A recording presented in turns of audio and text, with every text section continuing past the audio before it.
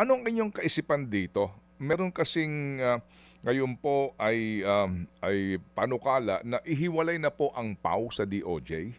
Kasi nga sa ganitong mga pagkakataon na para bagang, 'di ba, ang PAW ay nagiging abogado ng mga either complainant po or victims dito, and then ang nakakabangga nila ay DOJ prosecutors na under din naman sa DOJ. Ano, silang pare-pareho na maging independent entity from DOJ ang Public Attorney's Office. With all due respect, sir, yan ba'y kaya niyo pong tugunan na katanungan kung panahon na para talaga maging independent po sila para po dito kasi, 'di ba? Sinabi na ng boss nyo wala ngang kaso 'yan, ba't kayo sampa ng kaso? Opo. Hindi naman, Ted, kasi yung Public Attorney's Office at saka yung National Prosecution Service, yung BI, yung Mm. Registration Authority, yung Mm. Bucor, Mm. yung Parole and Probation Administration, etc. Itong mga ahensyang yan ay attached agencies lamang sa amin.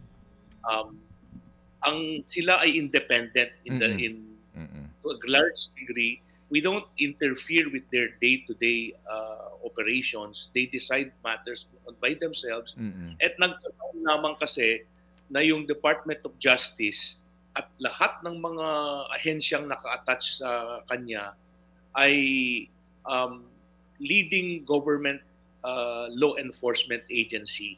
So, yan ho yung role ho namin. Yun ang mandato namin. Mm. At yan ay isang bagay na kasama kasi din yung pagbigay ng libreng supposed to Serbisyo. be no, Mm. serbisyo sa ating mga kababayan. Mm. Uh, yung access to justice, yan ang primary role ng PAO, Public Opo. Attorney's Office, at IBP din, no? At yung one naman, yung public, yung mga prosecutors naman natin, yung National Prosecution Office, sila naman yung naghahabla at naghahabol, nagpo-prosecute ng mga criminal cases. So ganun ho yung aspetong yan. Wala hong problema yun na pinapakialaman namin o dinidiktahan namin. Hindi ho. Opo.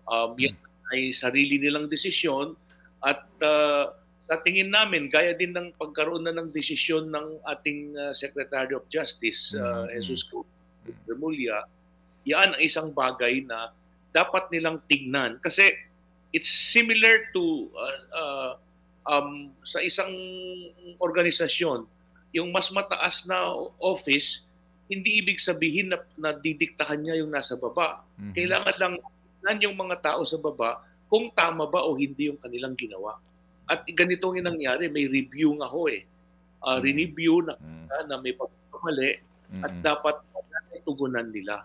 At kung sa tingin nila hindi naman tama yan, merong mga legal remedies pa din naman kung tutuusin mo.